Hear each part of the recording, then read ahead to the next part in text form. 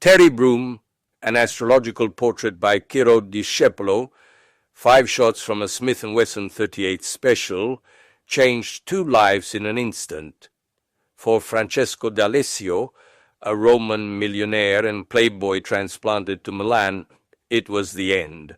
And for Terry Broome, an aspiring American model, it was the end of a daily routine made up of chases for prestigious photo shoots, courtly advances from wealthy businessmen, lavish lunches in luxury restaurants, and nights of champagne and coke in trendy nightclubs. Now for her there is a cell in the female section of San Vittore prison, a serious drop in quality, no doubt. The account of the tragedy and the few hours preceding it is unclear. Many obscure points remain. The victim can no longer speak, the killer does not remember, and the only eyewitness claims she cannot say anything because, as she herself asserts, the tragedy took place in Italian, and she only speaks English. Nevertheless, a brief chronology has been attempted. Perhaps D'Alessio exasperated the American girl, even in front of mutual friends, by describing, with meticulous detail, certain orgiastic evenings in which Terry had allegedly participated. Terry, exasperated by this and by other vulgarities D'Alessio allegedly directed at her, reached him at dawn on June 26th in his apartment on Corso Magenta, and there, after a violent argument, killed him.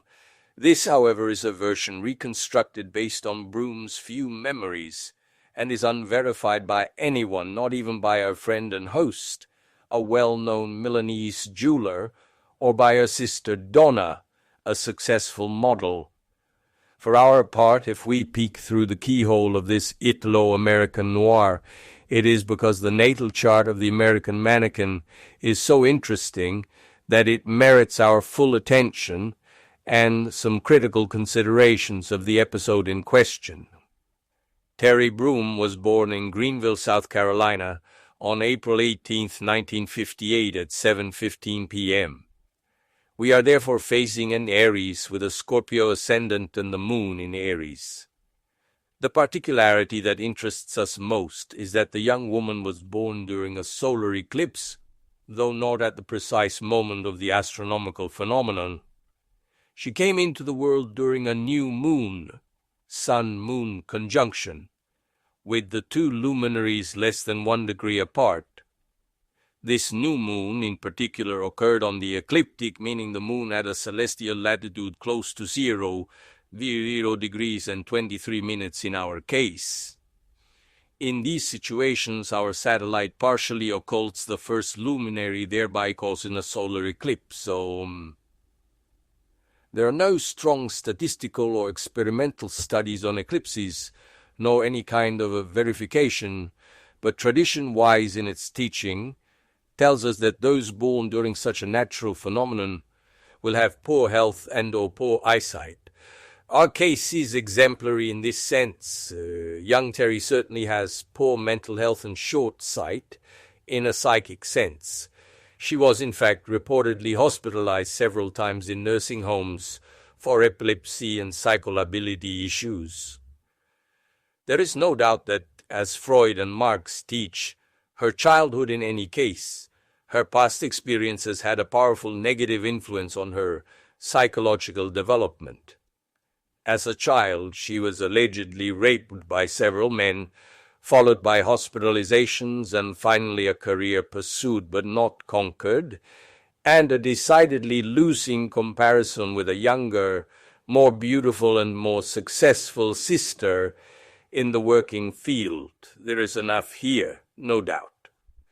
But we are also staunch believers in the zodiacal imprint and cannot help but read everything this horoscope can tell us.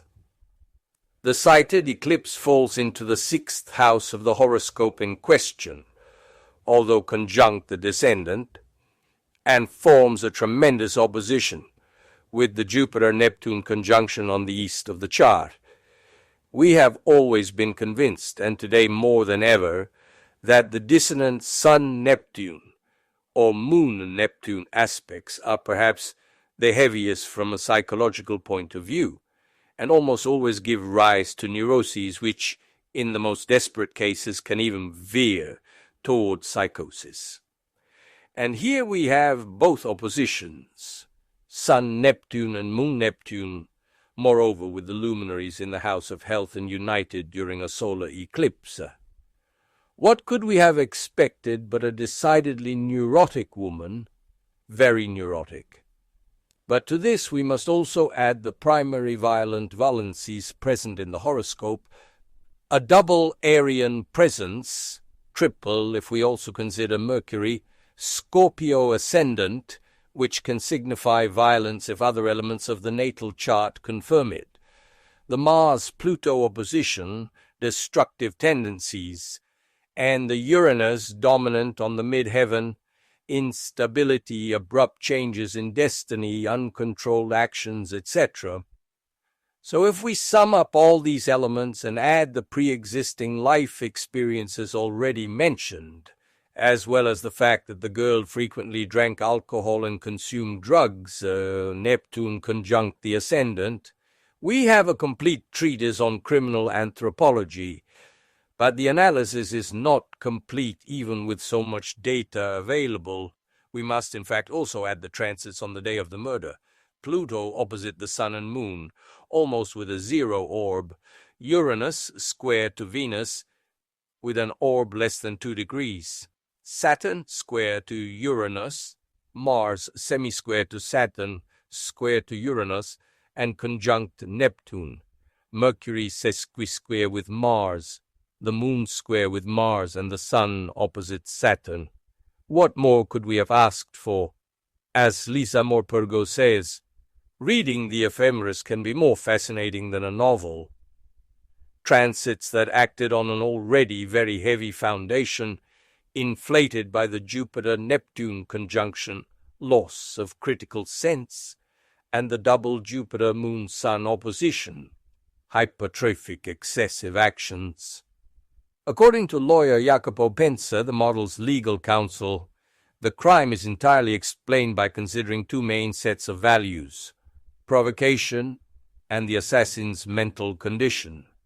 We completely agree. In our opinion, this is a classic Aryan crime, committed in a rush of impulse born from psychotic drives, capable of annulling the subject's already weak mental clarity. There is room to discuss the type of provocation, the true definition of the motive, agreed. But at this point, these are just details of very little relevance. A plausible reconstruction, which may be convincing, is the one made by thriller writer Renato Olivieri. They talk about a party, about the girl's unrestrained demeanor due to cocaine or alcohol, and then they talk about heavy allusions, detailed descriptions, and insults from the playboy who, driven perhaps by his somewhat quarrelsome or mocking nature, goes beyond what is bearable for a neurotic, unchaste, but deep down puritanical woman. He wounds her pride without restraint. Thus the perverse mechanism is triggered. The girl decides to take revenge, to punish the man who demolished her in front of others. In this analysis there is, in our opinion, another highly important truth.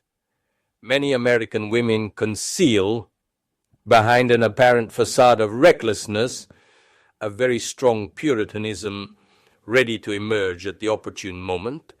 In conclusion, we are definitely of the opinion that this was a crime of passion, where the passion is not that of a jealous wife, but that of a neurotic woman with too many Aries and Scorpio values and blinded at birth by a solar eclipse. As things stand, however, the subject is in custody, facing the very serious charge of premeditated murder, an accusation that risks making her spend a good part of her future life in prison, especially since the renowned lawyer Alberto D'Allora is assisting the victim's family as the representative of the civil party.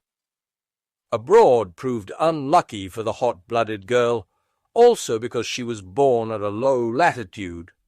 34 degrees and 51 minutes, roughly that of Los Angeles or northern Egypt. Abroad, however, brought luck to her sister Donna, who's engaged to a Lombard industrialist, Venus, in the 9th house. Regarding the sister, it must be said that the comparison of the two charts, Terry Donna, does not reveal any interesting point of contact. We regret, however, not being able to examine the Terry Francesco D'Alessio synastry. We do not know the time of birth of the murdered man, which we believe would be very interesting.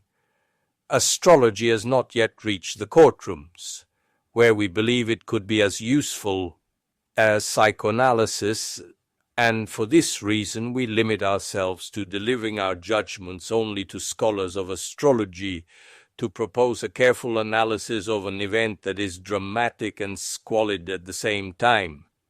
An event that takes us back to a Milan that is not the industrious Milan we all know, and that was celebrated in the economic miracle of the 60s, but a Milan that starts from certain luxury alcoves that few can afford and gets lost in the disappointing circuits of a nocturnal metropolis starving for pleasure and suffocated by boredom and vice. Drafted in the 80s, dedicated to Lizia Muto, a woman I met during a sad and very difficult period of my life, and whom I unintentionally hurt